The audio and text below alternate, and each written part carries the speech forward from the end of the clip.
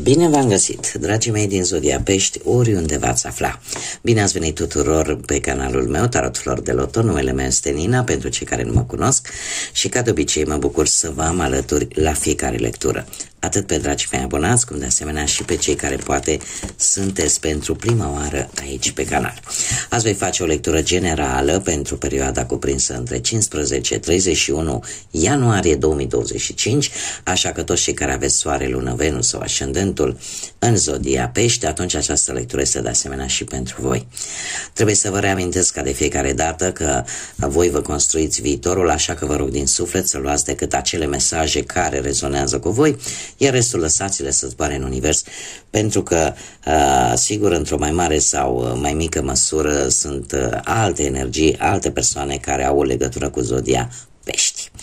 Așa că, dragilor, toți cei care aveți soare, lună, Venus, ascendentul sau oricare alt aspect astral sau planetă din cartea voastră natală în Zodia Pești, atunci această lectură este de asemenea și pentru voi. Acum, de ce fac această lectură? Cei care deja sunt abonați de ceva vreme știu că fac aceste lecturi decât atunci când consider că un eveniment important astrologic, astronomic se întâmplă și energiile sunt foarte puternice. Așa că, ce se întâmplă? Am avut prima lună plină din acest an 2025, o lună plină în Rac, cu un Marte retrograd de asemenea în Rac. Este supranumită luna lupului și trebuie să vă spun, dragilor, că energia acestei primi luni pline din acest an se va prelungi până către sfârșitul lui ianuarie. Tocmai de aceea am și ales ca ultimele 2 săptămâni din această lună să fac această lectură. Cu ce vine această lună plină? Păi vine cu foarte mare sensibilitate, cu foarte multă intuiție, mai ales pentru voi care sunteți o zodie de apă, cu foarte multă introspecție, cu schimbări de perspectivă, cu schimbări de idei și cu o șansă foarte bună de a vă face noi planuri și noi proiecte. Unii dintre voi vă veți da seama că trebuie să vă prioritizați mai mult pe voi înșivă, să vă gândiți și la voi și de asemenea apare o conexiune foarte, foarte puternică la nivel emoțional, în special cu legăturile de familie și cu casa. Unii dintre voi chiar poate veți începe să rezolvați anumite situații familiare sau situații legate de casă, situații pe care le-ați tot amânat și iată că această primă lună plină din ianuarie te îndeamnă să le rezolvi, da? Să nu le mai amâni. Pentru voi, în mod special, pentru zodia voastră, dragilor din Pești, această lună plină îți luminează mai mult partea creativă. Așa că profitați din plin de acele zile libere, de acele mini-vacanțe și recreați-vă. Cum să zic eu, recuperați acea energie pe care de multe ori o pierdeți prin atitudinea pe care voi o aveți de a suporta foarte multe abuzuri din partea altor persoane, mai mult decât ar trebui, da, și să încercați așa să faceți o curățenie din punct de vedere energetic. Pentru alții, în schimb, putem vorbi de romantism. Veți fi mult mai romantici, dragilor, în această perioadă și lucrul ăsta probabil că se va vedea foarte accentuat. Acum, haideți să trecem la cărți și să vedem care este energia voastră sau cu ce energie vine această primă lună plină a acestui an. Și avem o energie a numărului 6, un număr al armoniei, dar în același timp și un număr al distrugerii. Apare necesitatea poate de a distruge ceva nefolositor din viața voastră pentru a putea construi ceva nou, ceva mai echilibrat. De asemenea ne vorbește de comunicare, o comunicare mai bună, cu acea idee de a te vindeca, acel sentiment de a încerca să vindești ceva, poate în interiorul tău sau în exterior. De asemenea ne vorbește de o cooperare, da? O legătură mult mai bună, o comunicare mult mai bună cu ceilalți, cum de asemenea ne vorbește în general de un echilibru atât spiritual cât și material. De asemenea, avem influența zodiei Vărsător, care se pare că în această perioadă veți fi mai interesați așa de tot ce ține de tehnologie, de partea asta a viitorului. Poate vă veți simți și un pic mai rebel, da? Să fiți un pic așa, ai cam vrea să faci lucrurile cam cum vrei tu. Și asta nu e nimic rău, așa cum am mai spus, apare această tendință de a te prioritiza pe tine și creșterea ta personală. Așa că, iar în ceea ce privește cartea în sine, ne vorbește de avion, așa că mulți dintre voi e posibil ca acest final de ianuarie să vă prindă poate într-o călătorie sau în ideea de a face o călătorie pe o distanță foarte lungă, cum de asemenea posibil să vă regăsiți, să vă dați seama că nu vă puteți recupera libertatea fără să puneți niște limite.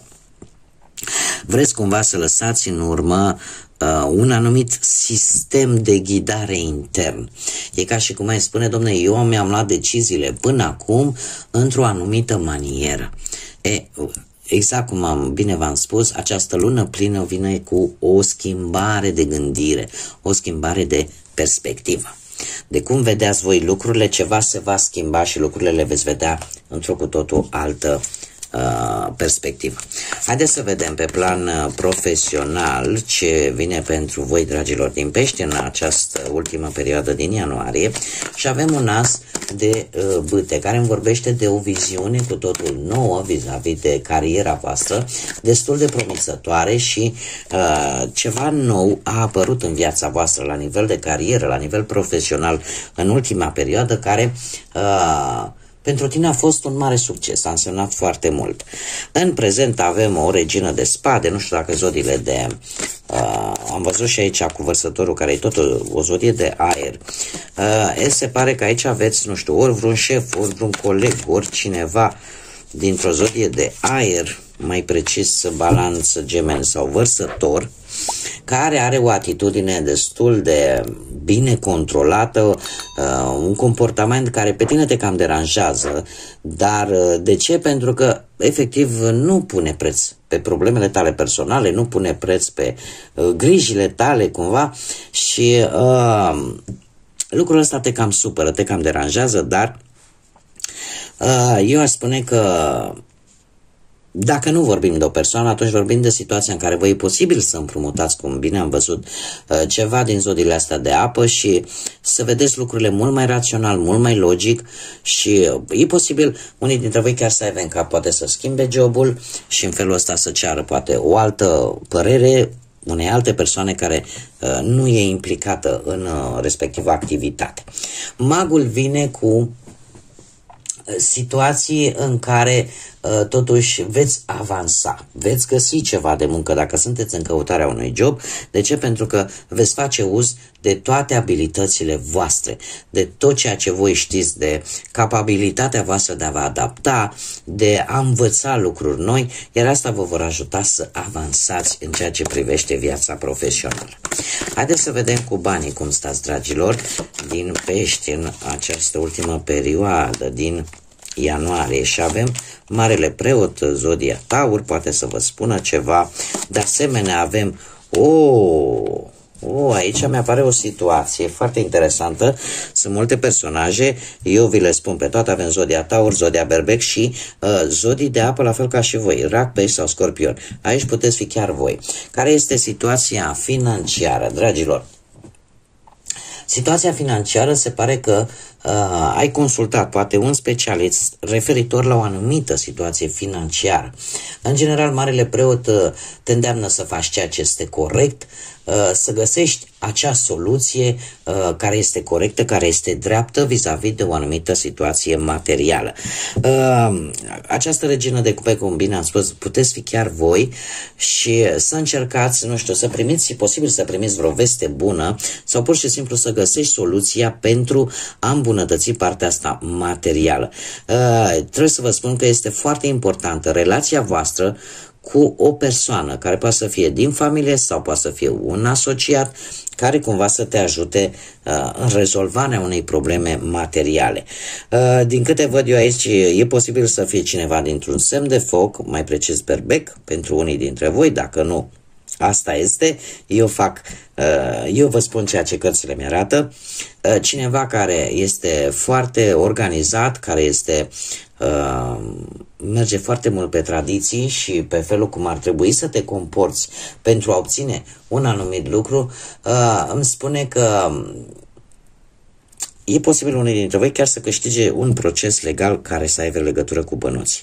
Dar, dacă nu vorbim de un personaj și vorbim de o situație, pentru ca voi să rezolvați o anumită problemă materială sau pur și simplu să vă îmbunătățiți situația bănuților, trebuie să fiți organizați, trebuie să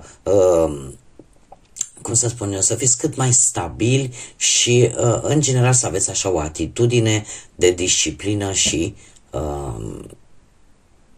de autoritate, să fiți hotărâți.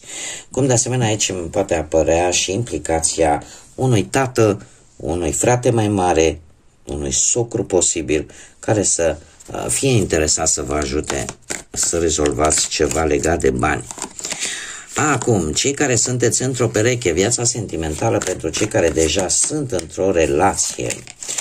Dragii mei, se pare că ați avut cu ceva timp în urmă o situație în care a apărut în care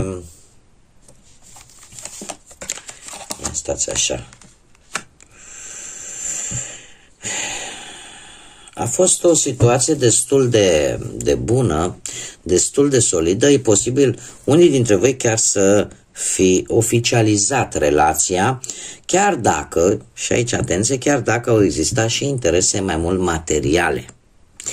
În acest moment, cu acest 3 de monede, asta pentru că toată linia este de bănuți, da, este de monede.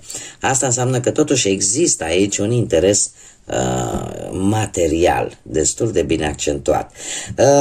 În prezent, cu acest 3 de monede, spune că totuși perechea voastră vă apreciază pentru ceea ce faceți, pentru felul vostru de a fi și e posibil ca împreună să concretizați o idee, un proiect care vă va ajuta în primul și în primul rând la nivel material, dar și în relația voastră, da?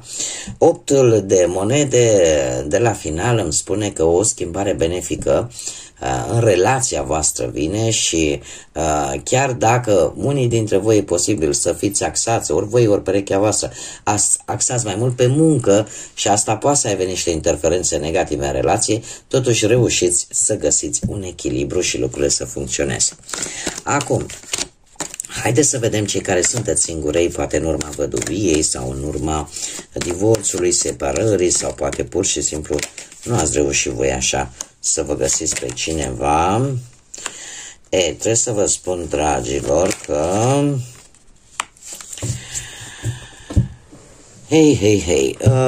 cei care sunteți singuri în viața voastră amoroasă, cu ceva timp în urmă, cu acest 7 de spade, spune că cineva a fost interesat de voi, dar ori această persoană e la fel, are legături cu zodii de apă, rac, pești sau scorpion, este mult mai tânără decât voi.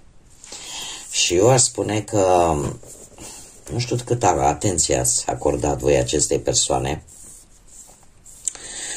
Totuși, cărțile mie îmi spun că există ori diferența de vârstă este foarte mare pentru că persoana asta încă este prezentă. Da? Avem pajul ăsta de cupe. Încă este aici, ca să spun așa. Da? Încă își dorește această relație, chiar dacă voi nu prea i-ați dat importanță. Dar până către sfârșitul lui ianuarie, cu acest 5 de cupe, eu aș zice că încă voi încă mai aveți nevoie de timp. Aveți nevoie de timp să vindecați ceva care vă frământă. Încă, știți cum e, că atunci când ni se întâmplă lucruri negative, profunde, fiecare are timpul lui de recuperare. Unii l-au mai scurt, alții l-au mai lung, alții îl au imediat, dar la voi se pare că există ceva în interiorul vostru care deocamdată încă are nevoie de îngrijire, încă are nevoie de o vindecare. Haideți să vedem care este mesajul vostru. Da. Avem vasul fantomă, care ne vorbește de suflete pierdute și destine necunoscute. Dragilor, e posibil ca unii dintre voi, într-adevăr, să... Știți ce se spune despre zodia voastră? Voi sunteți o zodie care aveți o putere extraordinară, pe care aveți unicitatea voastră ca și zodie, pe care eu de câte ori am avut ocazia am scos-o în evidență, și anume faptul că, așa cum îmi place mie să vă asemuiesc cu acel burete imens care absorbe toată răutatea lumii, care absorbe toate problemele, toată ura, și încercați așa să le vindecați cu dragoste, încercați să le vindecați, sunteți capabili să suportați foarte multe abuzuri, foarte multe lucruri negative, tocmai pentru că aveți acea speranță că acea persoană se va schimba, că acea situație se va schimba. Doar că, după cum bine știți, există și părțile negative.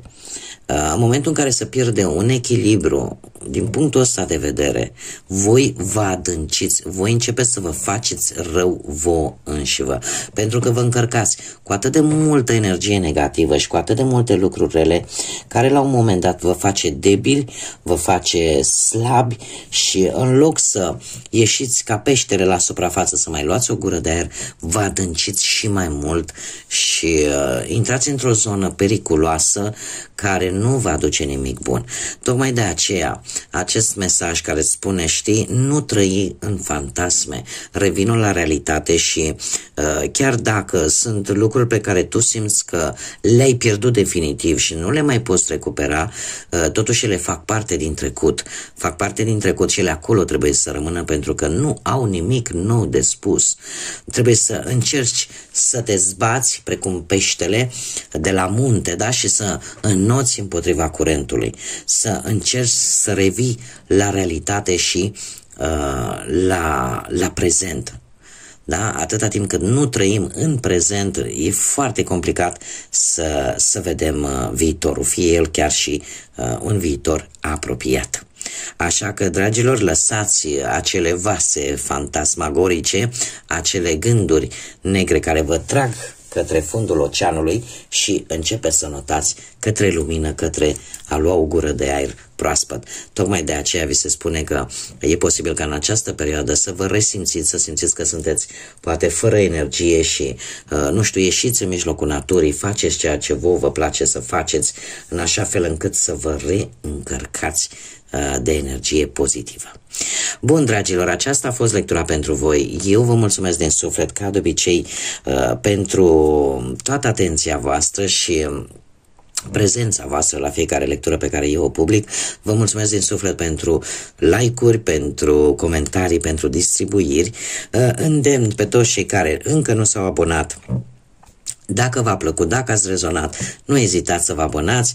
Eu vă aștept cu mare drag aici pe canal, cum de asemenea nu uitați în continuare de acest suport minunat pe care mi-l oferiți prin like-uri, prin comentarii, prin distribuiri. Până data viitoare, când ne vom reîntâlni, numai bine vă doresc mare atenție, multă energie pozitivă, pentru că aveți nevoie și, desigur, să fiți iubiți, dragilor.